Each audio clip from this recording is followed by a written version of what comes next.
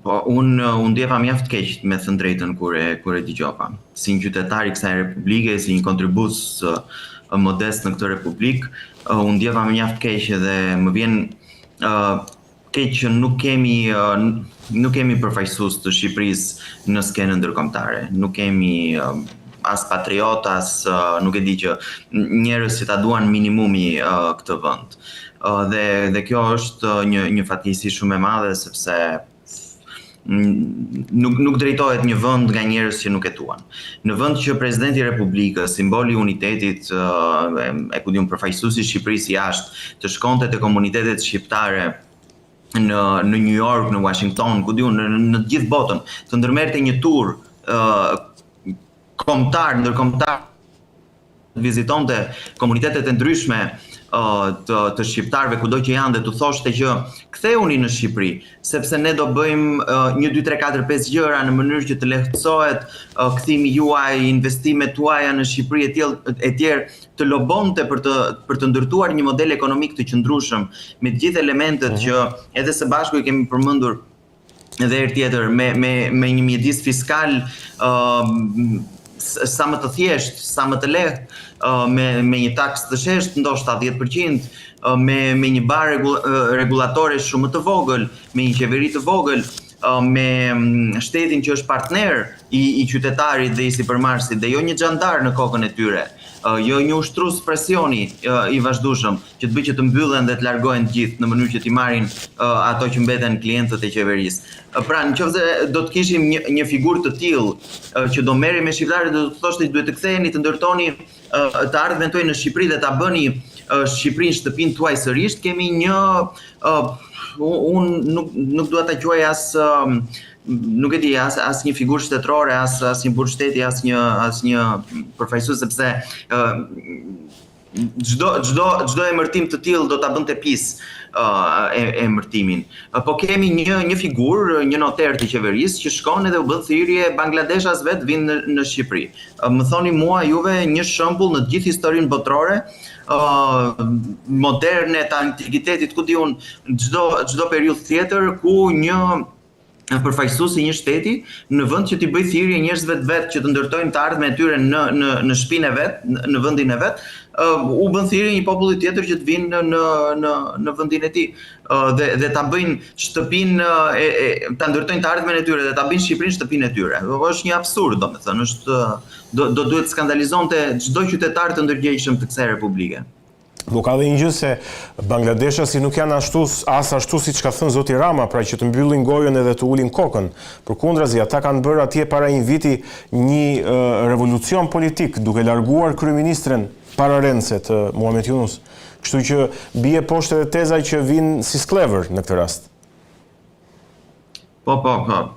Gjithë popujt po e tregojnë që po ngrihen për turpin ton, duhet thënë, sepse neve, nuk e di, ndoshta dikush, ndonjë studius do duhet ta studiojë këtë evoluimin e shqiptarëve në shekuj dhe pse jemi në këtë gjendje që jemi sot. Unë shikoj popullin e Nepalit që ngrihet, serbët të cilët i kemi këtu në rajon, të cilët ngrihen dhe kanë një vit pa u larguar nga sheshi. Nuk i kanë ngritur as në një parti politike, as në një grupim tjetër, janë ngritur vetë.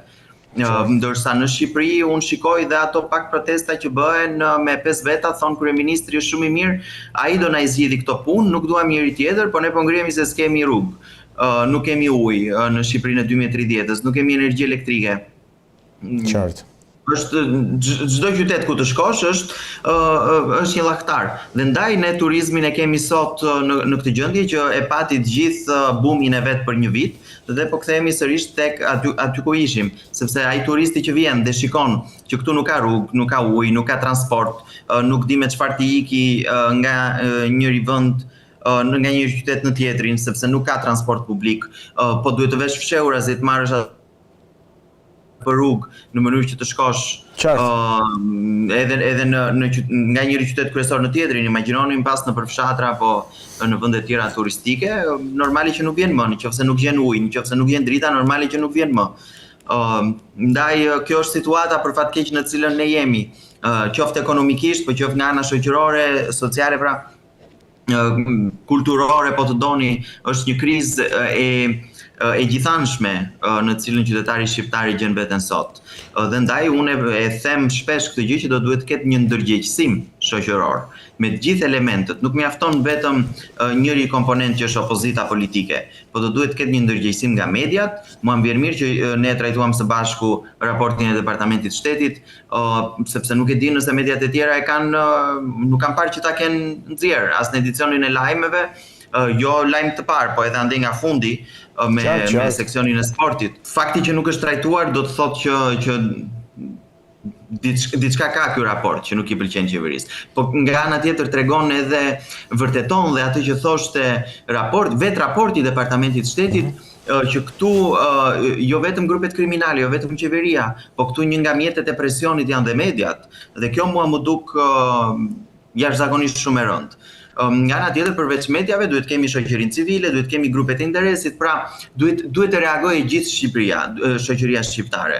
Nuk mund të jetë vetëm opozita politike ajo që duhet të reagojë dhe nga ajo nga e cila duhet të presim. Duhet jenë gjithë këto në mënyrë që Shqipëria ta tejkalojë këtë situatë mjaft të vështirë në cilën ndodhet, politike, ekonomike dhe shoqërore. E fundit, Nikola, për ta kuptuar, po shkurt se nuk dua të humbas edhe ty kohë, a është ky raporti i Departamentit Amerikan të Shtetit një këmban alarmi, një mesazh për qeverinë, apo është thjesht një pasqyrim neutral i gjendjes? Pra, kujt i drejtohet politikisht gjithmonë? Pa diskutim që i drejtohet qeverisë, sepse është qeveria që i drejton punët e këtij vendi, po i drejtohet dhe shoqërisë shqiptare, gjithë këtyre segmenteve që unë sapo përmenda. Ky është një raport që e ka braktisur atë, po themi, mantelin diplomatik. Është një raport shumë i drejtë për drejtë për situatën që është. Unë ndaj e thash, në fillim mendova se ishte ndonjë raport i opozitës që spasjurohet as në media e tjerë, se këtu çdo gjë që është e shkruar anglisht, mediat vrapojnë që ta raportojnë. Po në këtë rast që tregonte të vërteta të mëdha, mediat në pjesën më të madhe të tyre heshtën.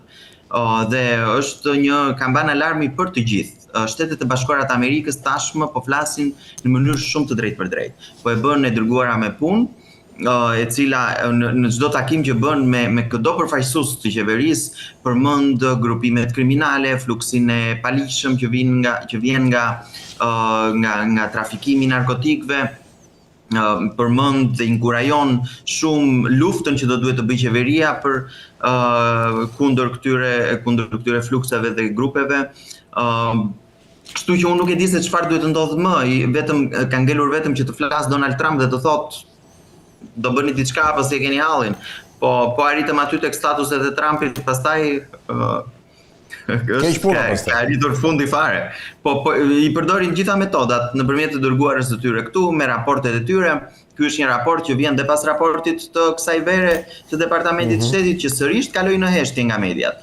Dhe ne përmendëm dhe në bisedën e fundit, kam përshtypjen së bashku që shiko çfarë bën mediat. Raporti kishte dalë në gusht, nuk përmendte as zotin Berisha, nuk përmendte asgjë, por fliste për shkeljen e drejtave të njerëzit këtu, presionin mediatik të grupeve kriminale, korrupsionin e tjerë me radhë, dhe mediat në Shqipëri merrnin një raport të marsit të këtij viti që përmendte zotin Berisha dhe totalisht e anashkalonin raportin që kishte dalë, që fliste dhe i kritikonte dhe ato vetë, dhe mediat vetë. Dhe ato vërtetuan atë që thoshte raporti. Sërish po ndodhte njëjta gjë. Pas 2 muajsh, Departamenti i Shtetit boton sërish raportin e radhës për Shqipërinë. E nxin sepse kështu është realiteti, nuk është se po shpikin ata. Dhe kam përshtypjen Departamenti Amerikan dhe gjithë ato departamente apo institucione amerikane që merren me Shqipërinë dhe me rajonin, po i lëshojnë sinjale tashmë në mënyrë shumë të qartë dhe të drejtë për drejtë. Qartë, Nikola, unë të falenderoj për bisedën edhe për informacionet dhe opinionet që solën në studio. Faleminderit ju, është gjithmonë kënaqësi. Ishim me Nikola Kedhin nga Departamenti Brain Gain në Partinë Demokratike. Folëm në fakt për raportin e Departamentit Amerikan të Shtetit për klimën e investimeve të huaja në Shqipëri. Do të kalojmë vetëm pas pak në pjesën e dytë. Mirë, jemi rikthyer në këtë pjesë të dytë edhe për sot në aktualitet do të flasim për zhvillimet ndërkombëtare me fokus tek ajo se çfarë ka ndodhur në Rusi dhe në Ukrainë gjatë ditëve të Asamblesë 80 të Kombeve të Bashkuara në New York, por jo vetëm. kam kënaqësinë që për këtë çështje të flas me një student të çështjeve të sigurisë globale në Poloni, Elianos Kasaj. Elianos, të përshëndes dhe të falenderoj që jemi së bashku. Faleminderit për ftesën. Mirë, diçka që doja ta diskutoja shkurtimisht përpara se të shkonim tek çështjet specifike është kthesa që presidenti Donald Trump duket se ka marrë në raport me Rusinë dhe Ukrainën. Tashmë balanca e mbështetjes së tij ka kaluar tek Ukraina, ka pas disa deklarata të forta si ato që Ukraina mund t'i rimarrë gjitha territoret e pushtuara, apo deklarata për të goditur avionët dhe dronet ruse që kanë shkelur hapësirën ajrore të vendeve të NATO-s, të vendeve në lindje të Evropës. Pse duket kjo zhvendosje në qëndrimin e Trump? Deklaratat e fundit të presidentit amerikan kanë ardhur pas 3 incidenteve që ndodhen në kufinë e vendeve të NATO-s. Fillimisht ishte incidenti polako-lituanezo-bielorus, ku u detektuan në fillim të këtij muaji, pra të shtatorit, diku nga data 8-9, duke marrë mëngjesit datës 9, rreth mbi 40 dronë, të cilët kaluan në kufirin bielorus dhe hyrën në hapësirën polake, 24 prej tyre u rrëzuan Poloni, pjesa e mbetur u rrëzuan në Bielorusi. Ky u quajt provokim, u quajt hyrja më e madhe e objekteve ajrore të pa-identifikuara në një vend të NATO-s, që prej luftës së ftohtë, diçka e këtij lloji. Por që këtu situata sërish vetë misterioze, pasi shumica prej dronëve janë të pa-identifikuar, nuk dihet çfarë modeli janë, nuk dihet çfarë prototipi janë, nuk dihet çfarë vend prodhimi janë e të tjera. Dhe shumë akuza që polake hodhi mbi rusët dhe diçka tjetër, doli që shumica prej tyre ishin të pabazuara mbi fakte, pasi edhe një incident që ndodhi me një shtëpi që u bombardua aksidentalisht, doli që ishin polakët që kishin bombarduar në një kundërshtim me rakete kundër drone, doli që polakët vetë në Lublinë kishin edhe në erë, kështu që diçka era poshtë. Incidenti i dytë ishte ai i Estonisë, ku u supozua që 3 avion luftarak rus gjatë udhëtimit të tyre nga Rusia kontinentale në enklavën e Kaliningradit, që është në kufi me Poloninë dhe Lituaninë, hyn në hapësirën ajrore estoneze. Sërish një pala ruse hapi ato që quhet si kutia e zezë ose detektorët e avionëve luftarak, kur u pa që ata kishin qenë diku te mbi 15 kilometra nga kufiri më i afërt estonez. Që është një ishull estonez që është në kufirin midis detit baltik dhe ujrave estoneze. Prapë së prapë u quhet provokim. Dhe pjesa tjetër ishte në Rumani së fundi, ku u raportua që një dron hyri në hapësirën ajrore rumune, u rrëzua prej forcave ajrore rumune, po droni nuk di se çfarë droni është. Ka pasur sigurisht shumë supozime mbi këtë çështje. Polonia, Rumania, Estonia kanë akuzuar palën ruse. Slovako-hungarezët janë treguar disi më të matur dhe kanë thënë që duhet hapur dhe të parë çdo provë. Bielorusët gjithashtu, pasi edhe në Bielorusi shumë dronë u rrëzuan gjatë ardhes së tyre në Poloni dhe ata bashkëpunuan me polakët dhe lituanezët për rrëzimin e dronëve. Kanë rrëzuar gati 15-16 dronë dhe ata gjithashtu thonë që është disi e palogjikshme që të thuash që Rusia dërgoi dronë kundër Bielorusisë, e cila është nga vendet më të afërta aktualisht me të, në marrëdhënie ekonomike, politike të tjera. Pra gjatë duhet ekzaminuar. Gjithsesi akuzat kanë qenë shumë të forta, sidomos nga ana e Brukselit, dhe kjo gjë duket se ka rënë edhe në njëvime politike në Washingtonit, ku ndoshta nga presioni i madh, ndoshta edhe nga fakti që ngjarja është akoma e shumë e nxehtë pasi ka ndodhur së fundi, dhe në Poloni aktualisht ka pasur një zbarkim të forcave të NATO-s edhe të një pjesë të madhe të ushtrisë polake në kufirin lindor të Polonisë, me Bielorusinë, Rusinë, edhe me vendet balltike.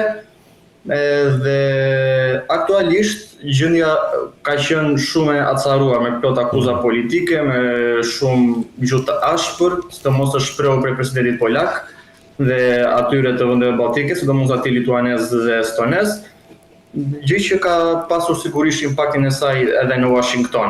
i cili është sigurisht ne dim që Amerika është superfuqia kryesore që drejton NATO-n dhe kjo tre shkeljet e njëpasnjëshme sigurisht që pavarësisht politikës të presidentit Donald Trump, e cila ka qenë shumë e balancuar në kërkim të dialogut, duke shtyrë për bisedime gjithmonë, sigurisht do vinte një moment që edhe do të jetë një përgjigje. Qartë. Duke marrë parasysh se dëmet kolaterale që u shkaktuan me dronët, me forcat ajrore, alarmi që u dha, kjo gjë besoj që ka qenë Mirë. Pa humbur kohë një përgjigje e zakonshme do të thosha. Qartë. Pa humbur kohë hidhemi tek çështja e dytë, çfarë ka ndodhur në margjinat e Asamblesë Kombeve të Bashkuara, sekretari amerikan i shtetit Marco Rubio dhe ministri i jashtëm rus Sergej Lavrov janë përballur në një takim në OKB. U tha se takimi ishte konstruktiv, por Lavrov e ka theksuar edhe një herë përgjigjen vendimtare të Rusisë kundrejt çdo agresioni. Shkurtimisht për ty çfarë të tha ty ky takim? Shkurtimisht. Atëherë delegacioni rus në OKB gjatë këtyre 3 ditëve ka zhvilluar 47 takime, aktivitetet e negociata në form ose format që ata i quajnë tyreze rumbullakët. 2 prej më të rëndësishme mund ta quajmë ka qenë ai me sekretarin e shtetit Marco Rubio dhe ministrin e punëve të jashtme të Indisë. Në lidhje me takimin me Marco Rubion, me sekretarin e shtetit amerikan, gjëja ose më saktë të themi bisedimet u zhvilluan në mënyrë konstruktive, por patën atë që mund të quhet një lloj distancimi, të cilat media ruse sot e quajnë një largim shumë të madh prej frymës së Alaskës.